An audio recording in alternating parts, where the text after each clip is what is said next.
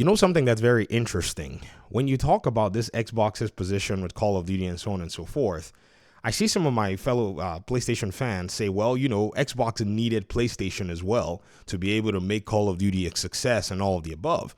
We know that, like, in a sense, and, nonetheless. But keep in mind, though, that there was a time where Bobby Kotick went over to Xbox, demanded a higher profit share with the threat of taking Call of Duty away from Xbox.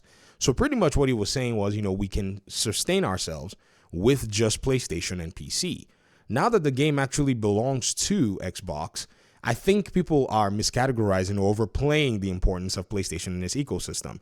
If Xbox could and wanted to take the game exclusive, they could have eaten, say, a lower profit margin. That's pretty much what it would have become, because a lot of people will move. Like, no doubt. They would drop the PlayStation immediately and they would have moved. Yes, not as many would have had access to the game, but it would have really harmed PlayStation's business, because a lot of people have forgotten how PlayStation and Sony were freaking out under the thought that the game itself was going to be exclusive.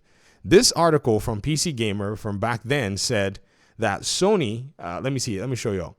It says, Sony says the Battlefield franchise cannot keep up with Call of Duty because apparently, if the reality hit, or if the possibility hit that the game was going to be exclusive to Xbox, they were probably wondering what it is that they were wanting to do. What was going on is Sony was submitting all of these arguments against the merger. They were pretty much saying, we're toast. We are done if this game ever leaves our coffers. Like, just the acquisition alone, without any extra, in terms of maybe even Xbox taking it away, already has harmed their business, because they get no extra benefits that they'd been getting before. So when you go around and just look at the, shout out to one of my audience members, by the way. So this is from Sandman. Sandman said, seeing all these articles about how COD was going to fail, this is when it came out, right? They were like Black Ops 6, it's hit or miss, it's make or break. I'm surprised they don't talk about how a few years ago, PlayStation said that, these IPs, other IPs cannot compete with Call of Duty in that regard. And I went and looked around, and believe you me, it's crazy that PlayStation was basically the one making this argument back then, under the thought process anyways, that if this game went independent, if it went exclusive, the big deal about it was they were done. Like, they were our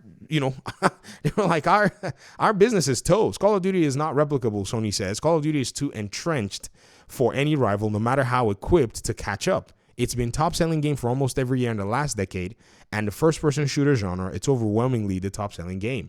Other publishers do not have the resources or expertise to match its success. To give a concrete example, EA, one of the biggest third-party developers after Activision, has tried so many years to produce a rival to Call of Duty with its Battlefield series. Well, they shot themselves in the foot. I remember when Patrick Sotomayor, remember when he said to gamers, if you don't like it, don't buy it? Hey, EA was basically being foolish all over the place. So this is PlayStation pretty much saying this, but, there's some context to it.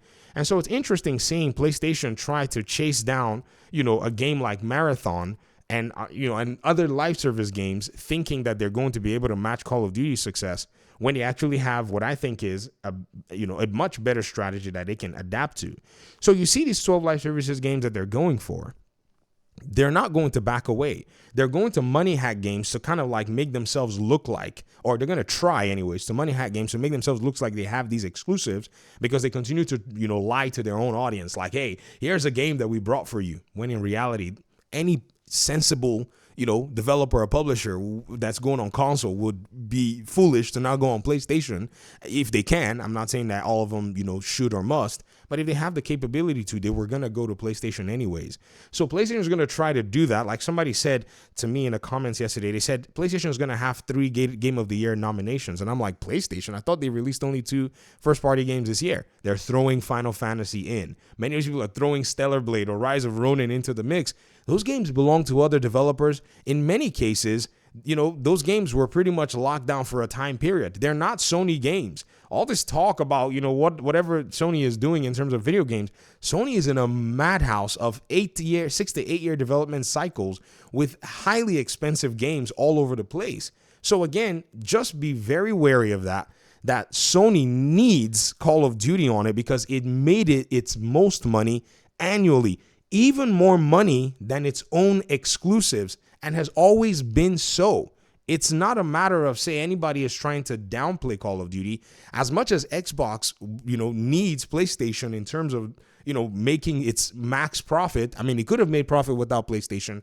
Let's not be fooled that PlayStation has no need for Call of Duty and no need for Xbox. If Xbox took that game away, it would tank PlayStation immediately. They would literally see their business from a whole different light. It also goes in line with the comments that Jim Ryan made. I think now it's starting to make a whole lot of sense, seeing that Jim Ryan was very correct.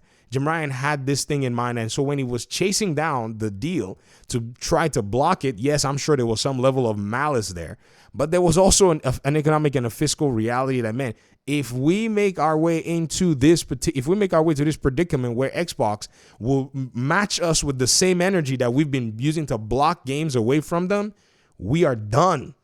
But again, I think PlayStation has a way to go. Small games, day one PC launch, using the PS4, a lot of different things that they can do are, in my opinion, going to go ahead and change the game for them. The only thing is, do they actually believe that this is possible? We'll see how they look at it. Thanks so much for watching. Appreciate y'all. Talk to me in the comment section. Peace out.